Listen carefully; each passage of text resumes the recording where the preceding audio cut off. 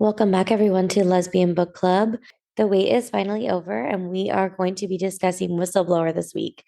However, we did have a bit of a technical issue. So, this episode is going to be broken up into two episodes. The back end of our conversation did not end up recording because of a snafu on my part. Haley does leave us at quite a cliffhanger. There is blackmail happening, and it just cuts right off. So you'll hear it. I tried to make it sound a little bit better, but yes, please forgive us. We are still learning, and we hope you enjoyed this week's episode, Whistleblower Part 1. Where do the quiet gays? Where are the quiet gays supposed to go? I need to talk to you about my pregnancy cravings. I'm sorry, what? I'm having so many worries about them because I have food allergies. And what if when I get pregnant, I crave things I'm allergic to? That's okay. You don't have to eat it. But I will be so miserable. What brought this on? What brought this on? I was sitting at the dinner table and I was like, Where all good stories start. And I was like, wow. Sometimes I crave some weird things and then I just make them. But sometimes I just can't eat the things I crave. But then I just reconcile that. And it's hard to get over sometimes. Yeah, you will be miserable if you don't eat. But you also will have to weigh the miserableness with your allergic reaction. So which one is more miserable? Yeah, but like I'll also be pregnant, which I have a feeling I'm going to be a real emotional woman when I'm pregnant. No. I think I'm going to be a real big mess. I don't know. I actually think you'll be just like a glowing goddess pregnant woman who's like even That's nicer. so nice. Like I don't think you're going to be like an emotional wreck. I think you'll have like some anxiety, but like I don't know. I don't think you're going to be like I think you'll be okay. I think I'll cry so much about everything. Well, yeah. That's my day-to-day life. So that's fine. You can work with that. I had pregnancy cravings with Ava.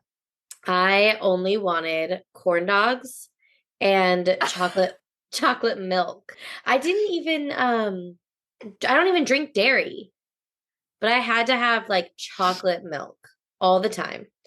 And yeah, corn dogs. And I didn't even eat corn dogs. And it was the best food I've ever eaten in my life. It tasted just so good. I don't know what it was. And then Kennedy, I didn't really have any cravings that I remember. Maybe asparagus.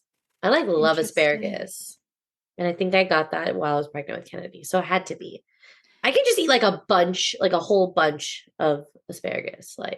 Kennedy has asparagus vibes. Like, if I were to personify an asparagus and it was like sentient out in the world, yeah, it would be just like, yeah, I'm here. That's absolutely Kennedy. Maybe she is a little asparagus. There's a movie, though. Where is that? Where Meryl Streep goes, but a very, very cute asparagus. Where is that from?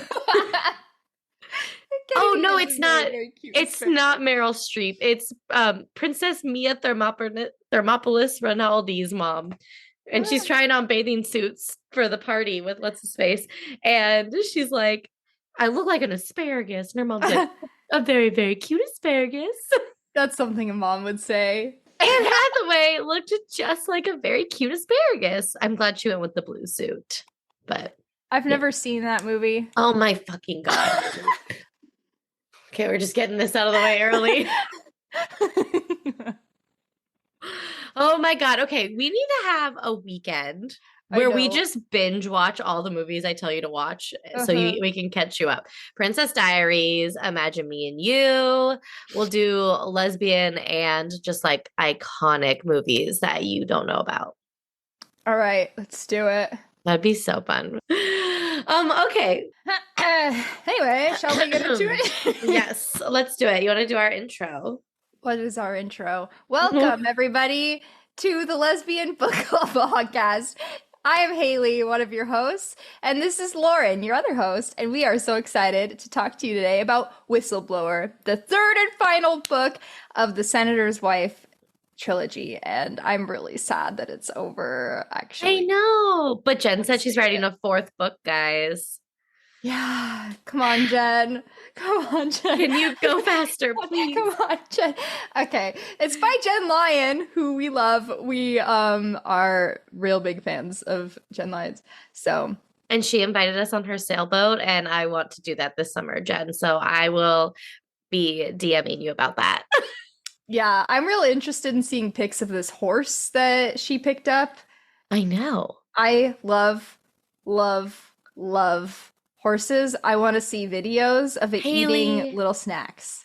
You Got were it? absolutely a horse girl, weren't you? You Yes. look like a horse girl. That's insulting. No, they're always so pretty. Look at your hair. Oh, You look like a horse girl. a thing about horsehair, when Of course. I'm walking around, I can be like, that girl uses horse shampoo. Oh my God. Well, I just switched to the horse shampoo. I always tell my girlfriend, I'm like, you smell that? That's horse shampoo right there. And she's like, you've got to stop that.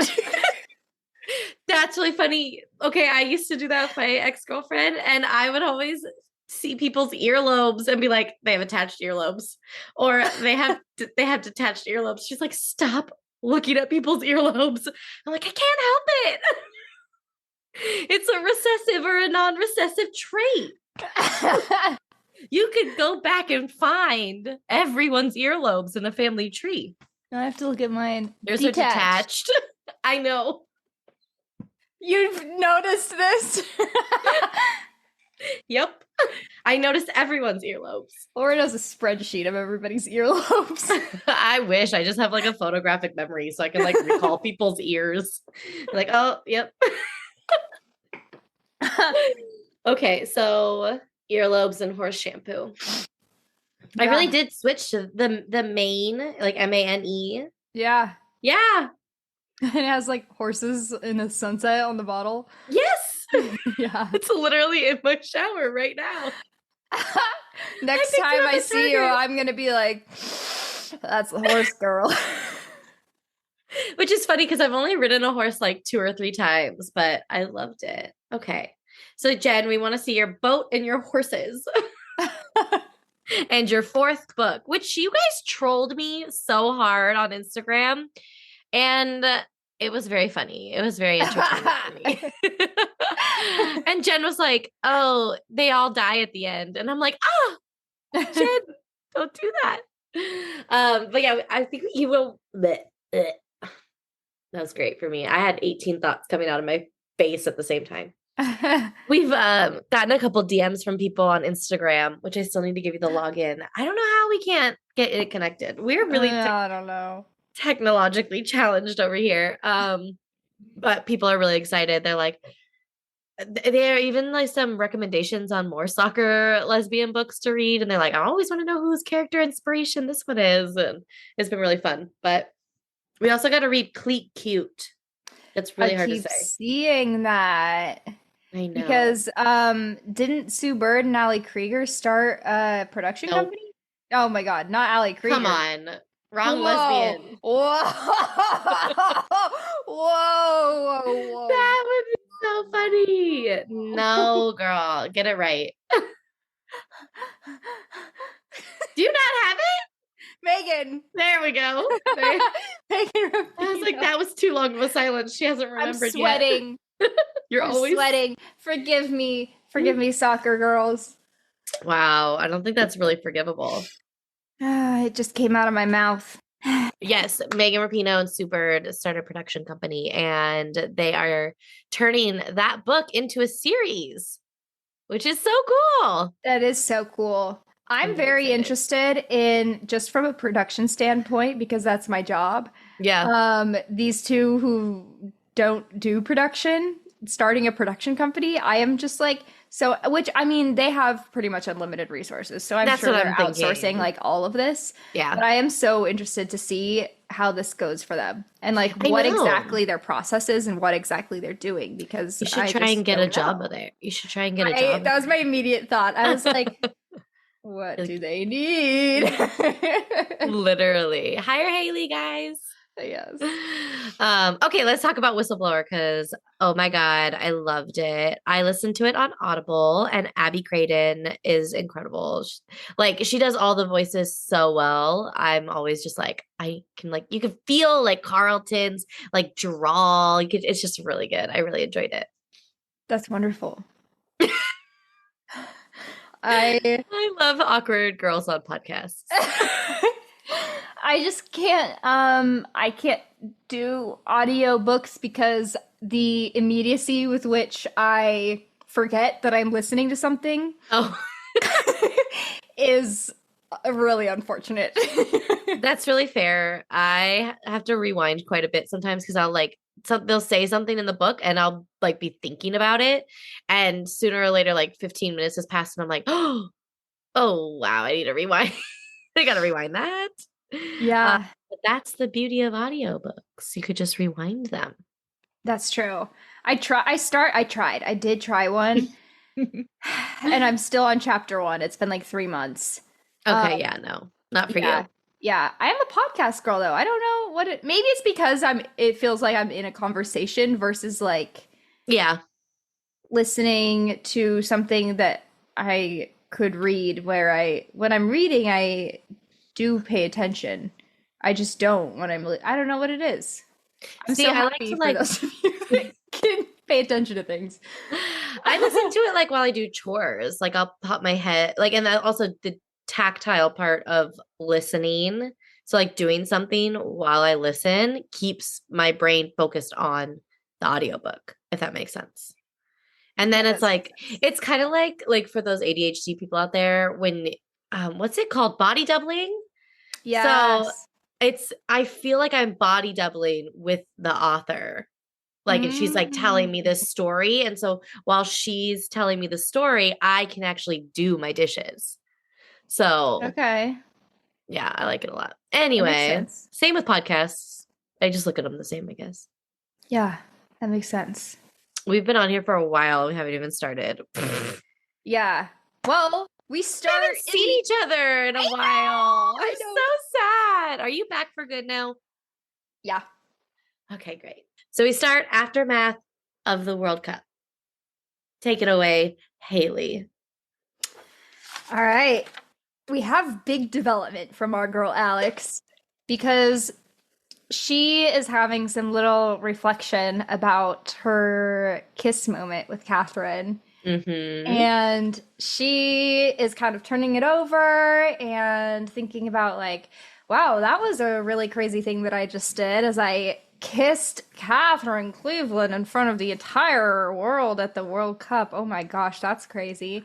A la Kelly O'Hara and her girlfriend. Loved it. And she decides that if she had a chance to do it all over again, she would do it the exact same. She would still kiss her in front of everybody. Yeah. Wow, big difference than the timid in the closet actually had no idea that she was queer all girl that we started with. I know. And I loved the like development of that specific storyline through these three books because now in the third book we get like Catherine and Alex are out. Both of them are out. And that's such a fun way to start a book where these two like characters are like so beloved. And now we're like, okay, like everything should be easier. Everything should get better. But I mean, Catherine's going through a divorce with the will-be president-elect, Senator Cleveland to President-elect Cleveland. But there's a lot of drama there with the news and the media. And then Alex is like literally the goal scorer, the winning goal scorer of the World Cup. So the media is like a nightmare. So we'll see what happens with those two. Ooh. Yeah. And then we also get a really special moment for Alex directly after the game between her and the national team coach, which really made my heart warm, especially like from my own experience in athletics, where sometimes coaches, as I'm sure every athlete ever knows, it feels like all you want to do is please them and you work so hard, and sometimes you just never get the praise that you are looking for. Yeah. And that is kind of the story that Alex had up until this point, is she has busted her ass her entire career trying to get to this point, and she's worked so hard and she's been through it. This woman has been described as kind of just a cold front of a lady, you know. She's very tough. Yeah, and she just is so elated after the game. And she tells Alex, "You've been the best risk I've taken in a long time. You've made me proud and you've made your country proud." That's so cute. And Alex like deserves that validation. After like everything, our TikTok, the TikTok we made about I don't know how I did it. It was hard. Where she like had all the things she's been through, and like to get this like, yeah, the win in the World Cup, but sometimes like words of affirmation from the person you're like deeply desiring them from is like better. Mm-hmm. So very cool. Yes. And this is the moment where she kind of lets herself have that emotion, or even not even that she lets herself, she just finds that this is where the emotion comes. Yeah. Yeah. Oh, my little heart. I know, because she's such a little baby. Mhm. So Oh, special. yeah. Yeah. We have some crazy action happening in the direct aftermath of this game as well. Oh my concerning God. a certain Monica Ashby. Yep. She's such a bitch. Yeah.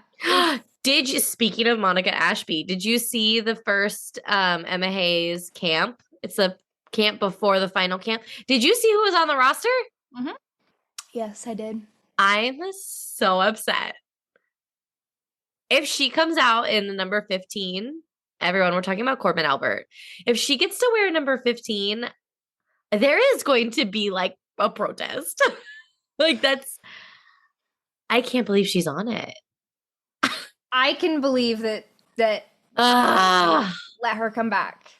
I mean, I don't like it, but I can believe it. And Nolan Williams, that's crazy. Yeah. That's crazy to me. Okay, enough of that. Okay, aftermath, Monica Ashby. Yeah, Monica Ashby. If you all remember, she had a real dirty move against Amelia in the cup game and shoved her, and Amelia ended up with a head injury, which was pretty serious. And after the game, Amelia comes walking through, and she's with Catherine.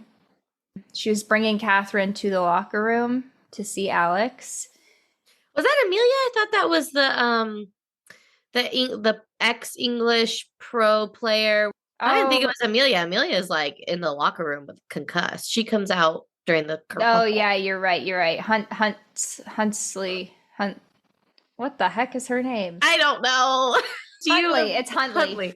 Okay, yeah. Huntley and Catherine were walking to the locker rooms, and they come across a situation in which there's a girl on the floor and some Australians are beating the shit out of her.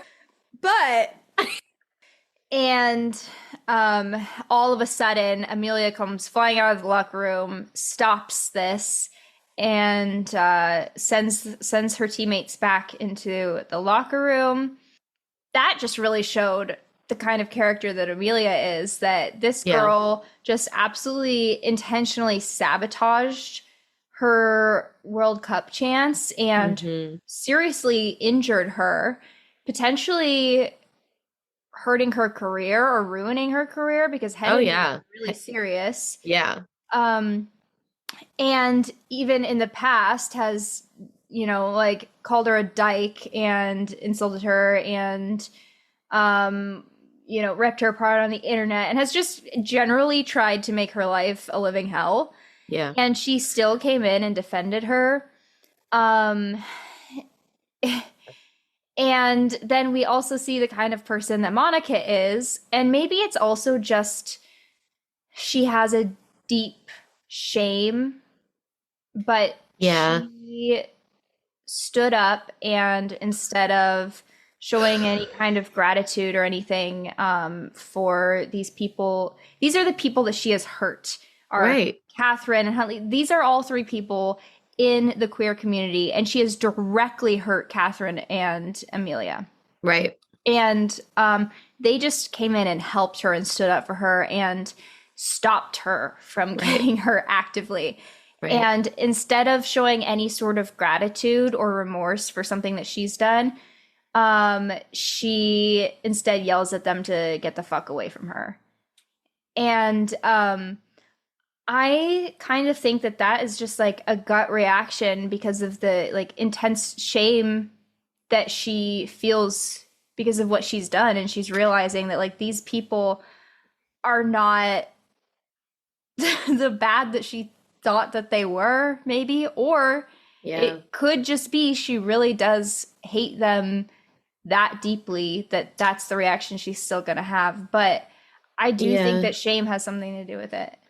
Yeah, and it also could just be the uncomfortability with shame. Like, I doubt Monica Ashby has ever sat in any type of uncomfortable emotion for longer than 3 seconds. You know what I mean? Like, if you're not used to having negative or uncomfortable emotions like come up, and you don't know how to like be like it's okay, you know, you're gonna like want to get away from them as quickly as possible. And I feel like people turn to like anger and hate to like get away from like shameful feelings or hurt feelings or anything like that. You know what I mean?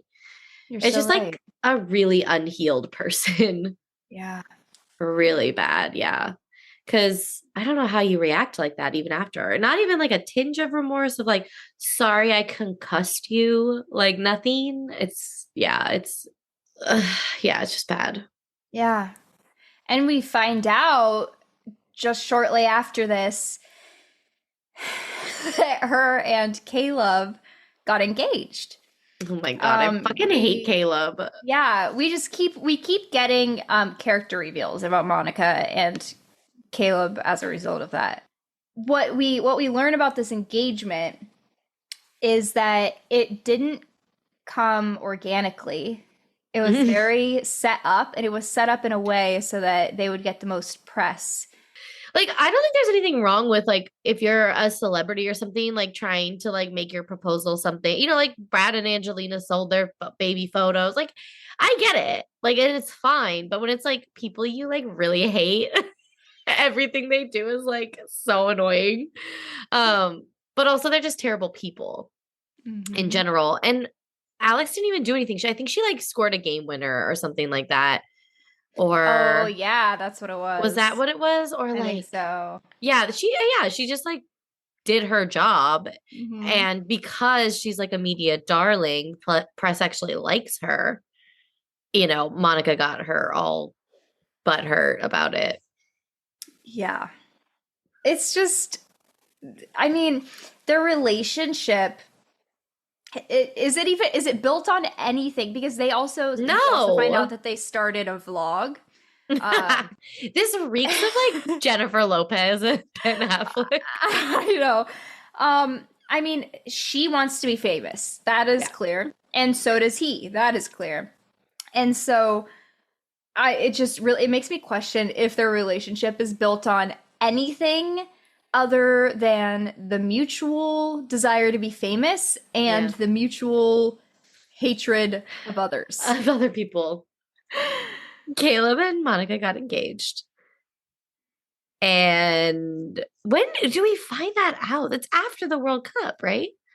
Yeah, it was just shortly after. It was probably on one of the reunion tour games. Not reunion tour, victory tour. Yeah, I don't know. I skipped ahead a little bit to keep talking about them, but I can't remember exactly when. But it was just it was shortly after the game. Okay. Yeah. Just really, really wild with the two of them. But we can rewind and go back to Amelia because she does something really wild. She asks Catherine if she would like to go get a beer with her and Huntley in honor of your girls' win, she That's says. so cute. Amelia's such a good person. Yes, she really Oh, is. She consistently shows good character. there are some more Sam Kerr pebbles later on in this book for Amelia being more Sam Kerr. Just saying. Okay, With point them out. maybe I will. Should I wait till we get there? Sure. Okay. Oh, I wrote down a quote. Let me find it. Okay. It says she extended an olive branch. I was open on another book. Let's see. Oh, did you start our next book? No, I'm reading another one in between. Oh my God. She's a reader, guys. Okay. She'd garnered Catherine's admiration, if for nothing more than that. Her grit, her resolve, her fortitude. She was inspiring to her teammates, a leader through and through. It was apparent now behind her caustic sarcasm, behind her unreserved contempt, what Alex would see in her, how they had fit. That's so cute. I know. Ugh. I can't say enough good things about Amelia throughout all these books. I'm just like, everyone needs a friend like Amelia. Everyone needs somebody who's like gonna go to bat for you, who's gonna like really want your like true best interest at heart. I don't know. Amelia is such a great character. She is. Yeah. And while that's happening, we have Alex with Halsey. And Halsey's just like drunk out of her mind, just plastered. Very also like Emily Sonnet and Kelly O'Hara in the locker room after World Cup wins. I love their friendship, and I think Halsey's so funny, especially in the hotel room when they're trying to put her to bed. Yeah. She thinks she's having a dream, and she's like, and Huntley's also there. Let me read this. This This is so funny. Portland, the keeper was startled. You're not supposed to be in my dreams. I don't think Gray'd like that. She took another sip of water, oblivious to Sam beside her, before her eyes landed on Alex. Oh, hey, Gray. You're both here. Weird. Not my thing. She sees Huntley and recoiled. Oh, hell no! She enunciated very clearly, slammed flat against the headboard. Get out of my nightmare, Sam Huntley. You're nothing but trouble. Oh man. Poor Halsey. It's gonna feel so bad tomorrow. It's so funny because she's like, Portland, you can be here. You could be here. But, like, I might get in trouble for that. I know. It's like, well, duh, who wouldn't think that about Catherine? Oh Alex, my God. I guess you can be here, but like, I'd rather you wouldn't. And then like Huntley is the one that got them all into so much trouble, like that night drinking. And Halsey was like, about the whole thing anyway. And she's like, get out of here. I also just want to bring up Sawyer before we move on from this night. Yeah. Because Sawyer says something to Alex, because Alex is worried that Kickstar is going to fire her because of her kiss with Catherine. Right. She says something that is such an affirming way to say that, like, yeah, you're probably gonna get fired, dude. But some things that used to seem so big and good, yeah, you're gonna outgrow, and they're no longer gonna be a good fit for you, and that's just how it is, and you can move on, and that's okay. And she says it. I'll just read it, but she says, "Truth stings, darling, and you damn well know I support the ever-loving shit out of your chaotic, precious life.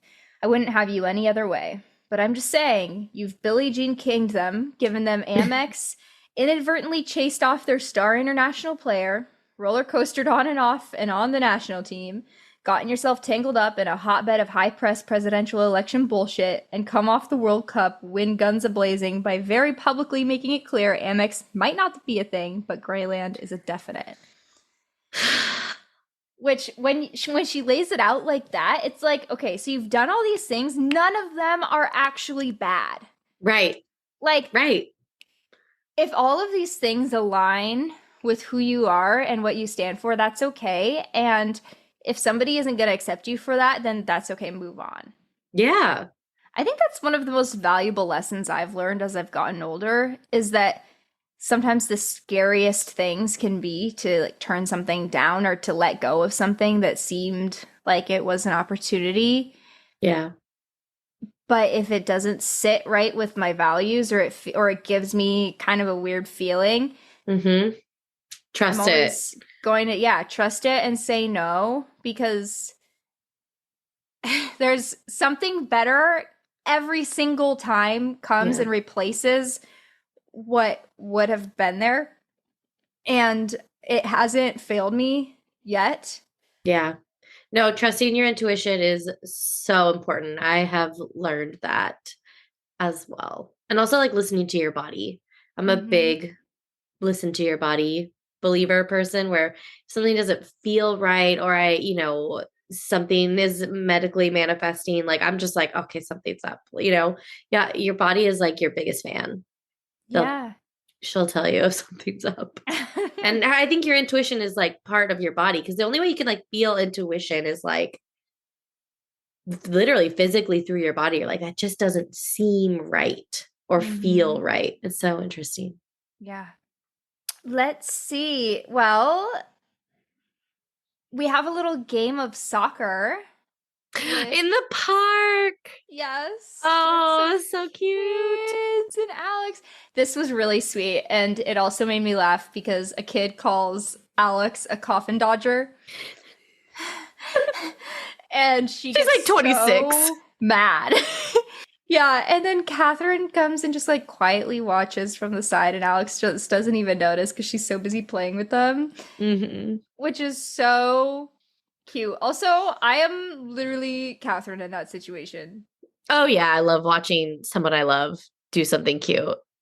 Yeah, so that was a cutie little thing. And then they're just so flirty with their vocab. I know. And in public. Yeah. They're they have this little exchange where they're like, Catherine is calling her all of these adjectives. She's like, you're sagacious. I don't know if it's sagacious or sagacious. Sagacious. But spell it. Good judgment. It's SAGACIOUS. Oh yeah, I got no idea. I just saw something on Twitter that was like, a person reads a lot, and then when they like severely mispronounce a word, because you're like, oh no, they've only ever been reading this word. They've never like actually spoken it. And then she goes on, she's like, cheeky, enchanting, captivating, surprising, scintillating. And I'm like, that's a great word. It's so I need cute. someone to call me scintillating. It's so cute that she sees Alex this way. I know. And that she's like vocalizing it so much. Like they're really just both getting to like step into who they have always been without like fear anymore. You know what I mean? Like she's really stepping into like, no, I like love this woman, and I'm going to tell her, and I'm going to vocalize it, and I'm going to show her, which is like all you want for them this whole time. So, and to do it in public where like anyone passing by could hear. Like, I just think it's such growth. I love it. Yeah. Well, and Catherine had a thought at some point. I think maybe it was right away at the beginning where, actually, I don't know when it was. At some point, she has a thought where she notices that Alex is much more straightforward and in control. Yeah. And I don't know if dominant is the right word, but less like submissive and just kind of will push over and do whatever. And she's sure of herself. That's a good word. That's a good way to put it. Yeah. And she was not that way the last time that they were together. Right. And she thinks that Amelia probably had a lot to do with that development in Alex, I which I think that know. she's so right. And that is something that is so hard to kind of come to terms with Yeah. when you're thinking about somebody that you love, especially romantically, when you're like, okay, I love this person. I really appreciate this development in them, and I think that it's good for them, and I like it. Yeah. And also, it's not because of me, and it didn't happen around me. It happened because of somebody else that they loved this way, and that like hurts a little. I mean, I feel like being around a Megan Rapinoe type would only make you more comfortable in yourself and like confident in yourself, right? So, like, to see Amelia have that type of influence on Alex is there's nothing else that you could have expected. And I feel like because there is such a big age gap between Catherine and Alex, like this maturity and like development is obviously not that Alex was immature, but there's just a difference in maturity when someone's confident in who they are. They're immediately move like a decade older, in my opinion, if they're just like so confident in themselves. Because I feel like a lot of like naivete and like younger like the idea of someone being young, like at heart or something, is more just lack of self confidence and like self esteem and like unsuredness, you know? And so I feel like for Catherine to see that like sloughing off of Alex is just again more, I was gonna say player development, but it's character development. I'm like thinking soccer. I feel like Catherine is like happy that it came from Amelia, but like you were saying, it does come with like a little twinge of like, ooh, how come it couldn't be me that, gave that to her? Yeah. There's also that concept of like, you are the sum of the five people that you spend the most time with. It's so true. Yeah. And if she spends the most time with Amelia, like, that's gonna rub off on you. Yeah, for sure. And then they have to separate like the next day. Amelia has to, or not Amelia, Alex has to fly home and do the whole victory tour, all the press, the fun games, all of that. And Catherine has to stay in England because she is fighting her dad in the courts over world cargo. Yes. Which is where we meet Elle.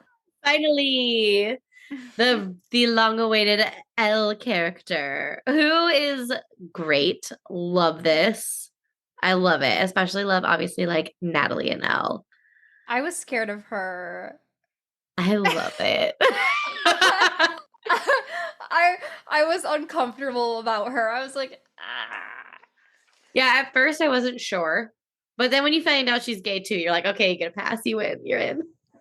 I still was uncomfortable. I felt like she was I didn't like the way that she manipulated the situation with Catherine and her dad.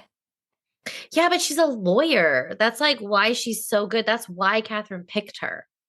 Yeah, but like also it was such a emotionally charged situation that also had like safety things involved. Yeah, which Elle didn't know. Yeah, I don't know. I just was like, and also I don't like, yeah, there's safety things involved, but I also think that like Catherine, through her development of the last two books, like also that spine is so strong that she's like, I'm not going to allow that to like happen again with my father. And it's interesting because I feel like we like obviously Carlton and Catherine's father, they're constantly like put up to be like a Venn diagram situation with them. And we see her kind of not back down with Carlton one more time, but get a little nervous one more time. And then it's like gone forever in this book. And I feel like she got the courage to do that from like feeling like she wasn't going to allow that to happen with her dad. Does that make sense? yeah. Still didn't like how she was talking to Alex. Well, yeah. She's never nice to Alex. Yeah. But I think Alex is like to her like an obstacle of like getting what she thinks is what's best for Catherine. You know what I mean? Yeah. I'm not saying it's good. I'm just saying like if you were in her position and this person was coming in through no fault of her own, but is in your way, like that's gonna be annoying. I'm not saying you should treat someone like shit the way Elle does, but I'm just saying I get where like I get her point of view. We're gonna look at all the perspectives. I see what Ugh. you're saying, but I still feel grimy about her. Okay, do you feel grimy about her even at the end? I have, yeah, I have a Yes. just a grimy feeling all around. I think. Okay. Haley doesn't like Elle. Yeah. I am Elle neutral. I'm Elle Switzerland. What I did think was funny that Elle said was like when we first meet her, and she's like, "So in the middle of the night, while you were doing whatever you were doing."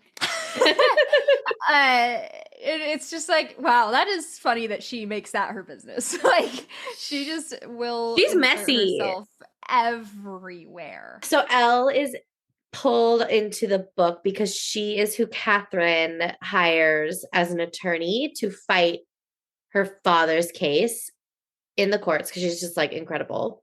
And then she also brings her on to the divorce with Carlton, brings her onto that case as well. Elle meets Natalie, and they're like both very intrigued with the other one, and they start up a whole relationship, which like kind of makes some trigger points in this book because like Natalie's kind of put in the middle when Catherine and Elle don't agree. So I thought that was very interesting, and I feel like it was written really well because it captured what that does feel like.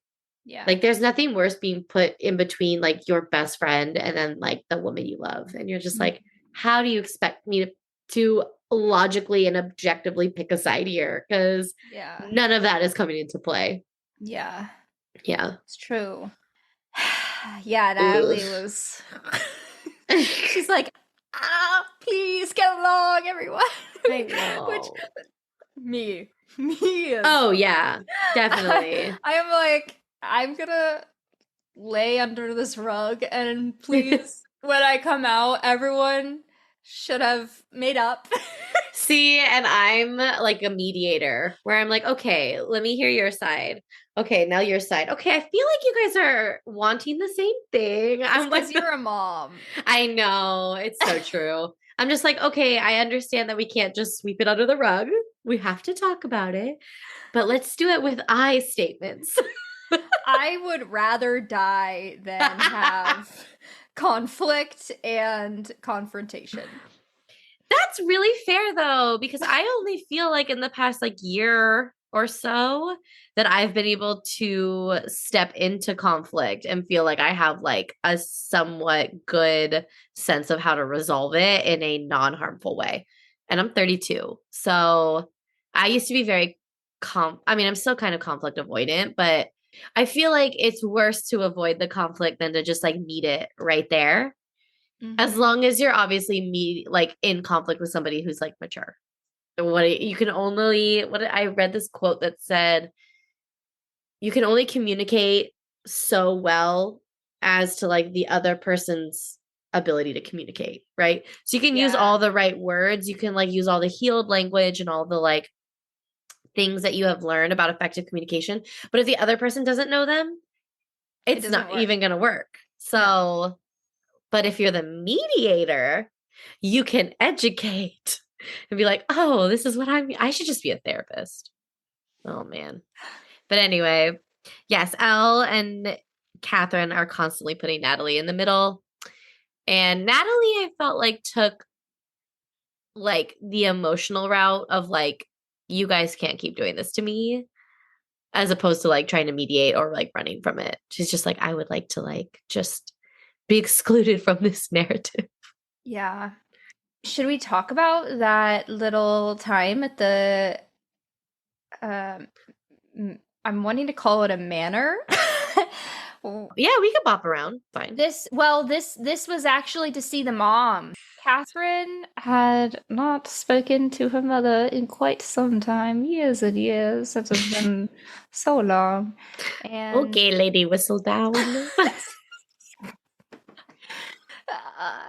and her mom has been trying to reach out to her for quite some time. And Mhm. so Catherine is convinced by Elle to accept this olive branch by her mother to some degree and reach out and Yes. meet up with her. So she goes to the house to see her mom after much assurance from her mom that her dad is out of town on business and will not be there. And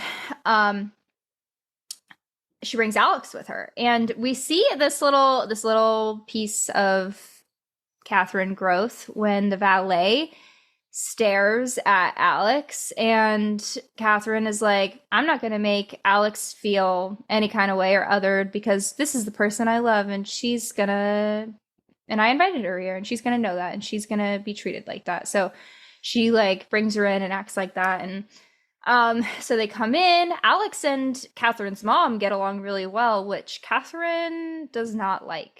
Yeah. Um, Yeah, I feel like it wasn't so much that her mom liked Alex, it was that why couldn't it have been like this the whole time? yeah, You and know? Alex just doesn't have the history Right. that Catherine does. And so in Alex's eyes, this is just a really sweet lady. Right, exactly.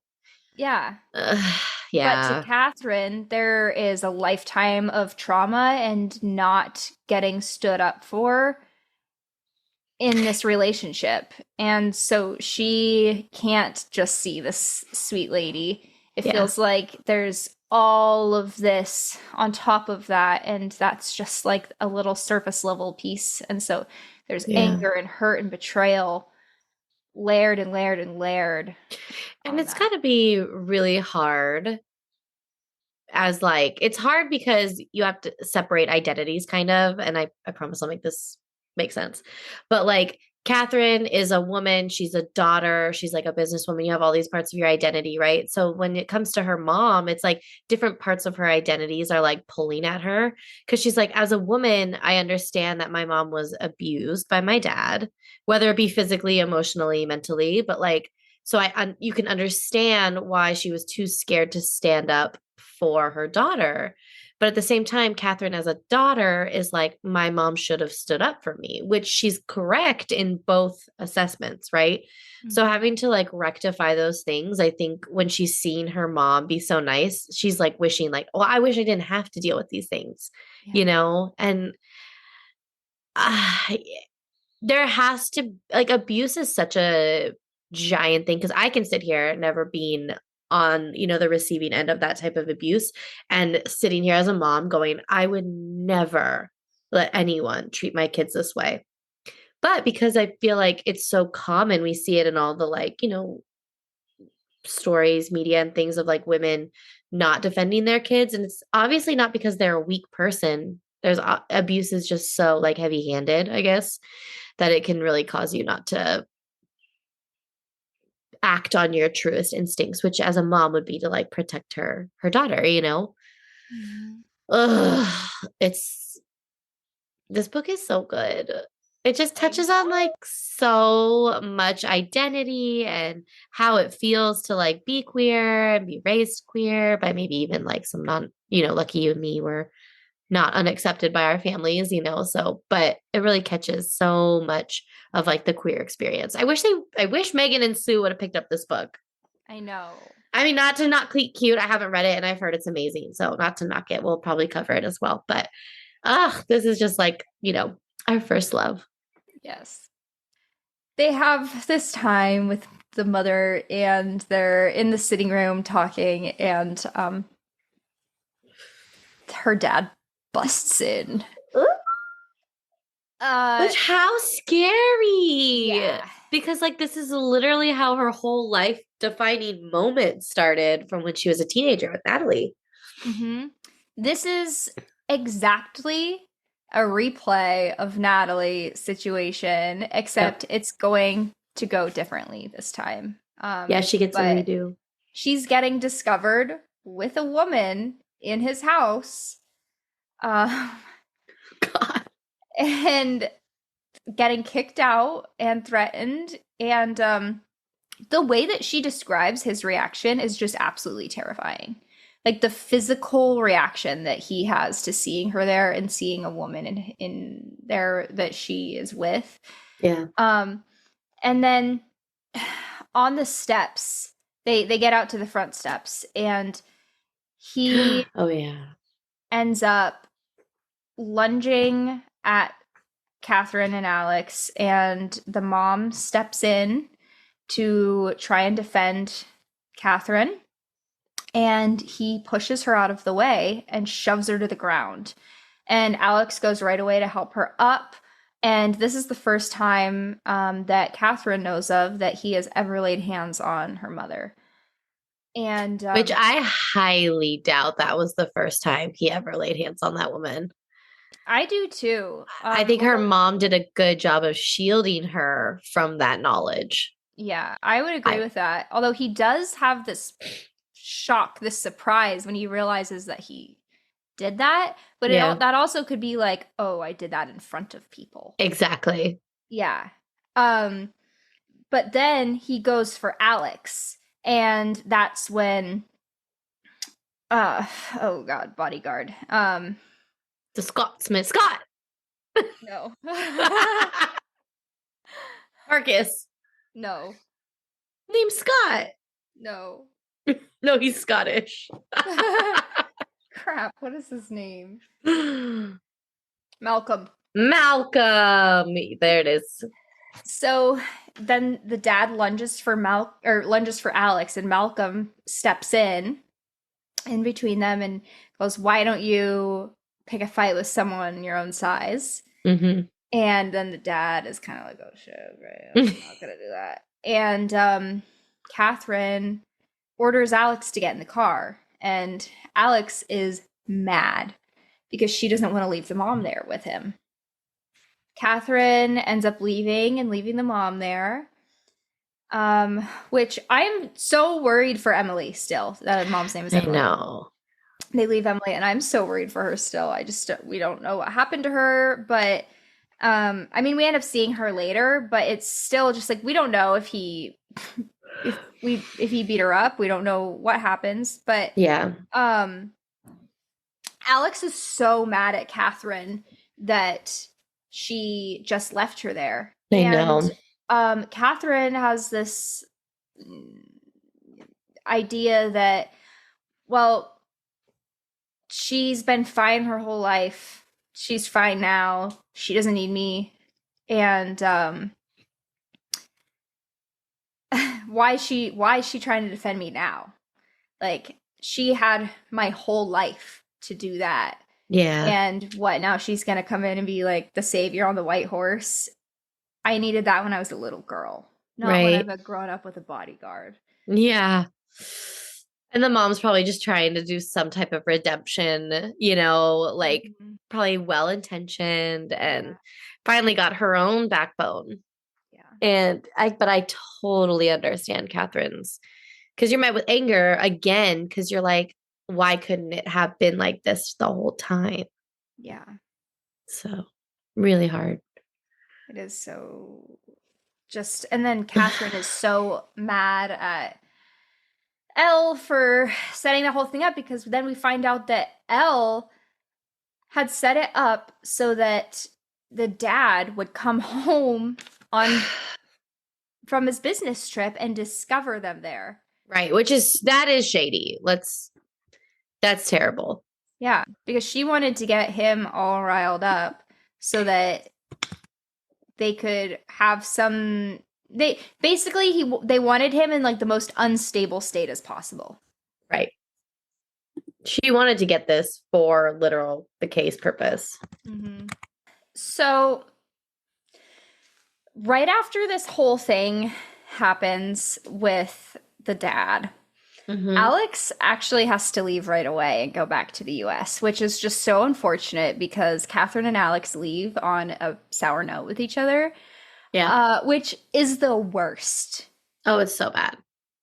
Yeah, it sucks to like, especially if you're not going to see them for a little while. Like, you just leave it. It's like leaving with a bad taste in your mouth. Yeah, it's like months before they get to see each other again. Yeah, and the Olympics are coming up, so Alex is going to go on this victory tour, and then she's just going to be training really hard because there's only about 9 months in between the Olympics and the World Cup. So it's pretty fast. Mm-hmm. And the NWSL championship is in between those. Mm-hmm. Yeah, so it's like after she gets home from London and she's landed in the US and she finds out she's at a hotel with Halsey. I mean Yes, with her team, but I mean she's sharing a she's room with grooming. Halsey. Yeah. Yeah, and Halsey, I just love their friendship. Halsey wakes her up and is so excited to tell her about this tweet rampage that he went on, which didn't Trump do this to Rapinoe? Yes, that's why I thought it was also I think he did it right before the World Cup. Okay. Like Yeah. literally right before I think like the round of 16, maybe even before the semifinals. I think it was before the round of 16 because she came out and like scored that incredible goal and did her like iconic pose. Also, this should be so irrelevant to him, especially Oh in yeah. this what he's doing. Like he's campaigning for president, and here he is. Um, the things I'm trying to find. Because his ego is so small. He can't handle anything. Like literally, that man cannot handle a single emotion without like firing back. He's the male version of Monica Ashby with power. Yeah, Yeah. yeah. He's first of all, he's cherry picking Bible verses, which drives me nuts. He brings up Deuteronomy 24:1, which really strikes a chord with Alex because that was her dad, her late father's favorite Bible verse, but Hmm. obviously being used in a totally different context here. Yeah. If you Um, actually want an exegetical take on that verse from someone who has been to Bible college, yeah, I this will is your give that time to to you. No, shine. I won't do it on the pod. It's just completely taken out of context and cultural. It's just so silly. It's so silly. Yeah, he's bringing up basically he's trying to frame this as that Catherine and Alex are being sexually immoral because they're two women. Exactly. It's a tale Yeah, as old as time. yeah. And the cherry picking the Bible verses, I mean, we see that all the time in politics. It's just ridiculous. Hmm. Oh, so yeah, he goes on this rampage. Poor Alex is woken up in the middle of the night. Yeah, it's so funny. He's like congratulating the Tyrants on a game well played, but then says congrats, spells congrats wrong. I cannot. To the Oakland Sirens on advancing to the championships. The girls played well, but tell me, I can't be the only one tired of watching Alex Gray hog the ball. Someone apparently didn't learn the golden rule in kindergarten. Spelled kindergarten wrong. That there is no I in team. He's the worst. The worst thing about this is he knows what he's doing and he knows he's fanning a flame of hate to come Alex's way. Like it's one Yeah. thing to like say that yourself or like say that directly to a person, but as like literally the Republican nomination for the president and is going to take to Twitter. I mean, we saw, with Trump, I think he was president at the time, but it's no different. Just completely whipping up a fan base to hate on someone, Mm-hmm. which is exactly what they do. It's so frustrating the complete inability of people to just take a second and think about things that people say before they just join the mob and be like, Hmm. yeah, let's make this person feel like shit. Ugh, yeah. Why, And poor everyone? Alex. But Alex doesn't Alex just like shrug it off? And I mean, obviously, does not shrug it off, but like, She totally deletes all of her social media, which I was so excited about this. Because I think that is a boss move by her. yeah. Yeah, girl, delete all that social media. Get rid of it. It's not doing you any good.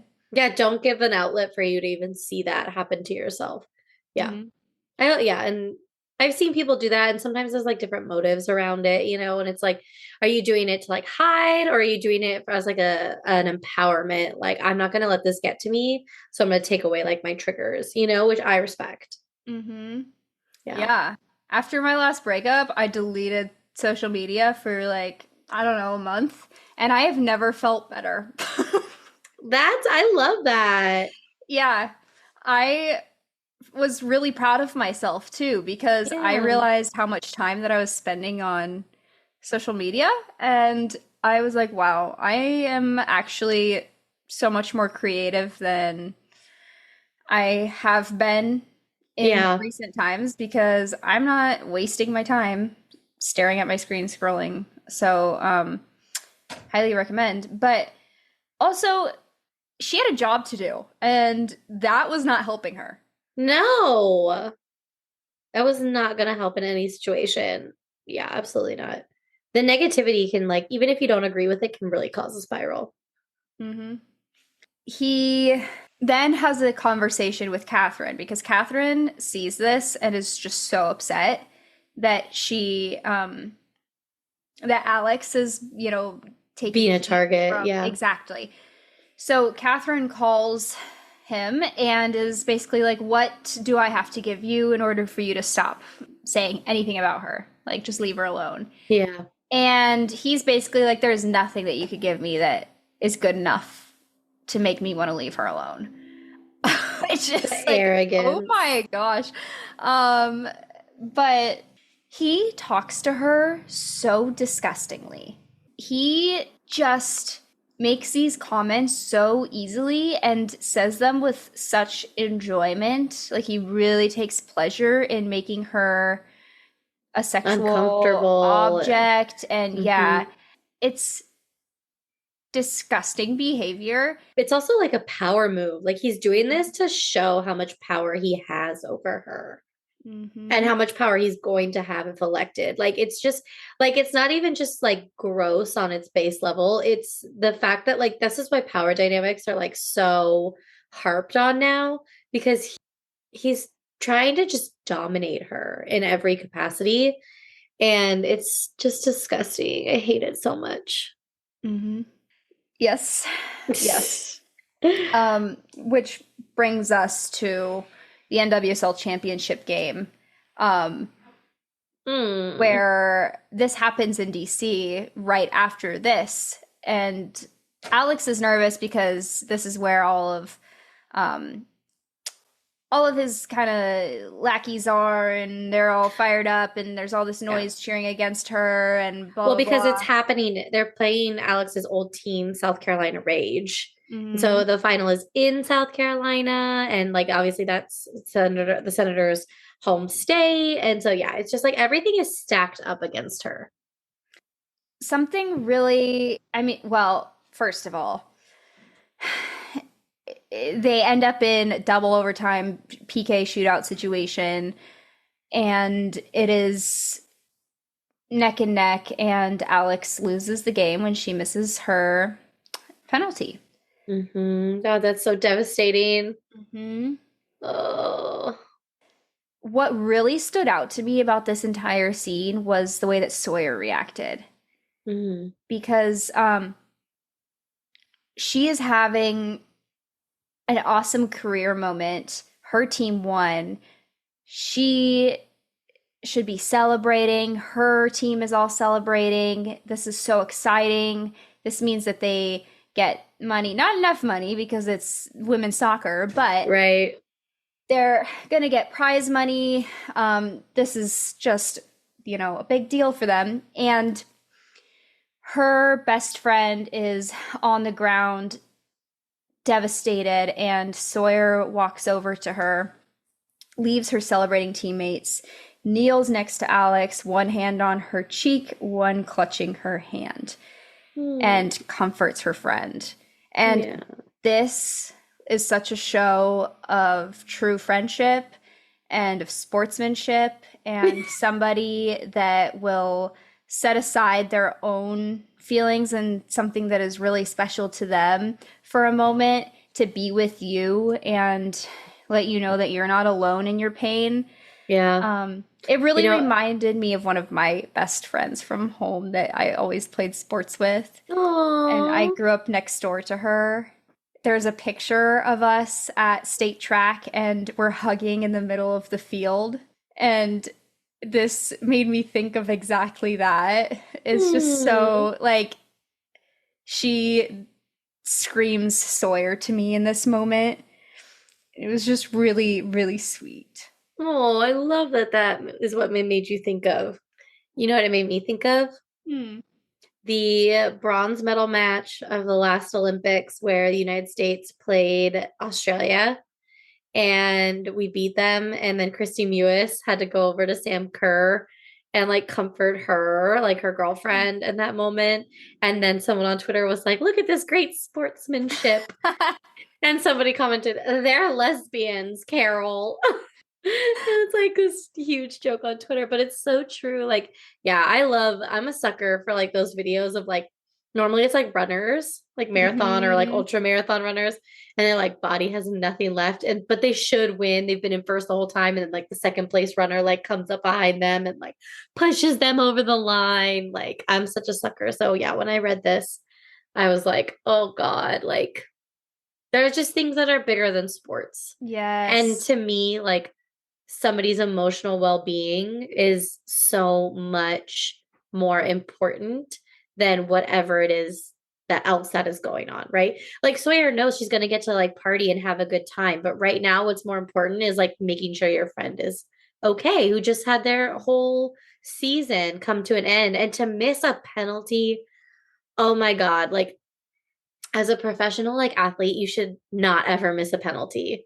I mean, obviously there's so many things that go into factor, like pressure and all of that, but statistically you should not miss a penalty. So I know it's just devastating to miss those. I think Ali Krieger missed the that's right. Ali Krieger missed the winning penalty that would have put them through past Sweden, I think, in one of the World Cups. And it was like she talked about how devastating it was for her. Mm. Oh, and Megan Rapinoe soared that one over in one of her last games. That was awful. Ugh. And Catherine wasn't there. Like No. Catherine wanted to come, but she was like stuck in England, but she was watching the game. But like, God, I'm just so sad that Catherine wasn't there, especially since they lost. Yeah. Yeah, and that plays into what happens next. And Alex reciprocated what Sawyer did for her in looking out for her feelings when Hmm. after the game, Alex was, emotionally struggling, but she let Sawyer have that time to go celebrate and called someone else instead to join in her misery, which was Amelia, because Amelia shows up in her apartment that night to let her know, first of all, to check on her, but also to let her know that she will be rejoining the team and to ask, are we good? Like, will we be able to be teammates? Alex ends up asking her the next day, like, hey, do you want to go grab a drink or something? And so they end up meeting up and talking, and they get drunk in Amelia's hotel. And what happens other than Amelia kisses Alex? And lest we forget, Alex is in a committed relationship with Catherine very publicly. Yeah. I knew this was gonna happen I know you because, called it last book. yeah, it also like just building up to this, the tension all night was there, and Amelia, what an insane way to test if you can be friends, because Alex was like, whoa, whoa, whoa, whoa, we can't do this. Like, Yeah. what are you doing? And Amelia was like, good on you, Gray. This is exactly what I hoped you'd say. I know. And Amelia's so funny. and Alex is like, what? And Amelia's like, I had to kiss you to make sure that you didn't like it any, and that you were gonna tell me no, because if you didn't, then we can't be friends. Right. And what an insane logic. Do you think that was true? Well, Do you- I guess that makes sense in a backwards sort of way, but like I do not think that a kiss was necessary here. I think that a good conversation could have figured that right out. You know? Yeah. I don't think that that boundary needed to be crossed. I don't think that that Alex and Catherine needed to be put in that position. I think that Amelia has a flair for the dramatics. Yeah. And she just went, yes, in my dramatic little mind, this is the only way. This is it. It's what must be done. And here we go. Oh my God. Enact Plan A. She's Yes, so Alex ridiculous. Gray. Yeah, I was confused by that point. Yeah, so it was really backwards. I kind of, not that I lost respect for Amelia, but and like Amelia doesn't have like, the relationship with Catherine, or you know what I mean? So you can't like fault her for trying. I just thought it was like I was like, was this for real? Or what if Alex returned your affections? Like, would you have Yes, continued? she You know would what have. Okay, okay, okay. Okay, well, at least we agree on that because I agree. Yeah, absolutely, she would have. And at that point, it would have been Alex's fault, I think. Oh, absolutely. I have to say, I was very happy with the way Alex responded. I was like, oh, thank God, like you didn't fuck this up with Catherine because like they're so endgame. Mm-hmm. Mm. Yeah. So yeah, then everything is fine with Amelia and Alex, but Catherine flew to see Alex, but Alex wasn't where she was supposed to be, according to, Catherine, because she decided to stay an extra night to talk with Amelia and like figure that whole situation out. So that comes up a little bit later in the book. Yeah. I loved Catherine on the plane back in economy sitting next to a toddler. I know. She's like, I always fly private. Yeah, 'cause she had to get this ticket so last second, and Hmm. her money is kind of locked up by her dad right now, so she's flying across the Yeah. Atlantic, and the toddler's parent was like not really watching them that close, and it's so funny to imagine Catherine, who just does not have an affinity for kids, likely, Yeah. trying to take care of this child and like opening its snacks for it and entertaining it and stuff across this So super funny. long flight.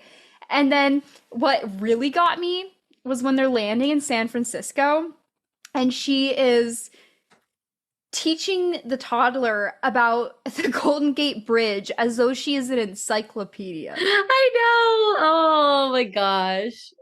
I love the little tangents in the book. I think they're so cute. Ugh, after the NWSL final, Catherine does have like her day in court with Elle and with her father. And the thing is, they found out about her father. So she meets with her mom on a boat with Alex, and they like go sailing because that's what like they like love to do. And her mom tells Catherine like he doesn't hate you, he hates himself. And Catherine's like, what the heck are you talking about? And it turns out that her dad never wanted to get married, never wanted to have a kid, but her dad, like, literally is gay and, like, has all these, like, rendezvous and, like, relationships with men. And he has for, like, their whole marriage. But he's so uncomfortable with himself that, like, he took it all out on Catherine. Mhm. And this made Catherine, like, so angry. And then when she tells Elle about it, Elle's like, great, we'll use it against him. Like, we'll literally blackmail him. They like found all the people, they found like people giving statements and like all these, similar to what they did with Carlton for like his like sexual abuse. But in this case, like found all of his lovers and things like that. And they went to court and they had this whole plan. But Catherine doesn't follow the plan. And I was like freaking out during this part. I was texting Haley. I was like, Haley, she better do it. She better blackmail the shit out of this guy. And then she like sort of does it, but sort like she doesn't end up getting everything back that she wants. She just signs the agreement. And I don't know how I feel about that. What do you think about that? Honestly, I get it. I would feel so guilty because I was thinking that as soon as they were like, we're gonna blackmail him because he's gay, and he has been hiding it. I was like, no, no, no, no. Yeah, but that wasn't the reason they were going to blackmail him. I think I have to draw a really distinct line because if he hadn't acted the way he had, like if he wasn't a bigot, then I would say absolutely do not out this person, do not blackmail this person, whatever, right? But the way he has treated Catherine, like I just find it to be so unfair. I think it absolutely is unfair. It's so terrible. But I still just don't think it's like morally good to out somebody, even when those are the circumstances. Yeah, and the way I was thinking about it, like with Catherine, is like I don't think she was gonna ever like blackmail him the way Elle wanted them to, like with like going to the media and the press and stuff. Like I always knew that that was gonna be like a private blackmail. That was even part of their plan. So to me, I was like, I think that's like better. You know, it's like Yeah. the when do you use something against someone who has been so hurtful and caused so much pain to you over the same thing? Like to me, I'm just like, yeah, I'm like okay with it. The private part. Obviously I wouldn't condone like going to the papers and being like, "Wah, wah, wah," you know. Mm. But I do think she should have gotten the reason he was taking away the company from her was because she was gay, right? Yeah. And so you can't conduct yourself in the same manner and expect to like punish Catherine. You No, should no, be no, no. punished. You know what I mean? I mean, yeah, well, yeah. Yeah. Um, You're like, I mean, I get it. I also understand her whole stance on that she just wants to be at peace and she Yeah. doesn't want to have like anything on her conscience. She doesn't want to like fight anymore. She just wants to be done and have her mind and her spirit like free and clear of this. Yeah. And if that means like signing it and being able to wipe her hands and walk away and See, I want my fictional characters not to have so much empathy and compassion as I would have in real life. Because in real life, I would never do this, of course. But in my fiction, I'm like, no, don't be the bigger person. Don't be the worst person. Like, let me see you do something I would never do so that I can understand and live vicariously. but we get a reward for doing this. Yes. We have a little bit of surprise goodness out of the dad later Yeah. on, and he decides to help Catherine in her divorce case against Carlton. Yes. Let's talk about that. Yeah, to stop him from becoming the president of the United States as well. Because he wins the election. He is very near being, I'm thinking the word inducted, but Inaugurated. Inaugurated. That's the one. He's very near to being inaugurated as the president of the United States. He's That's such a weird word. inaugurated. Inaugurated as a verb. Norman's like, yeah, it's so funny. Okay, I'm sorry. It's My like grammar. making me think of, how an auger is what you drill a hole in ice with? No, I don't know that. How would I know Oh. that? Well, it's when you go ice fishing, you bring an auger. I'm just thinking of Kristoff in Frozen. Anyway, Is that what that's called? Yeah. They're and auging? They just bring an auger and you cut the hole in the ice and you fish through it. Oh, Yeah. I love that. Okay. So Learn now I'm something new. thinking of inauguration as there he's being bestowed an auger, but That's that's funny. not what happens. Nope. Anyway, so he's even living in the house across the street from the White House. That's how close he is. Okay. Yes. The dad shows up and gives her an envelope. And Yes. this seems to have some key information in it, which she gives to Elle, but then she goes rogue. She doesn't even give it to Elle. I Yeah. take that back. She goes rogue. She goes absolutely rogue. She goes missing. Alex is like, and Alex is at camp for the Olympics. Mm-hmm. And Elle shows up with Natalie at training and is like, yo, where's she at? We can't get a hold of her. And she went rogue before, so like, fess up, Alex. What's going on? Right. And Alex is like, I don't know. need the fifth, I don't know, but like maybe check in Washington D.C. And so they're like, man. But then Catherine, little Miss Lady, really has this figured out because she has this whole thing set up. So she goes into this house to meet with Carlton. She's all by herself, and she had contacted his assistant, Matthew, who's also just kind of fed up with him. But he wasn't just helping her because he's fed up with her. He's helping her because his name is on these emails that suggest that they were smuggling. And that is the end of this week's episode. So come back next week. We will be re-recording the second half of our conversation this week. And the following week, we will be having a TikToker named Riley Butte come on.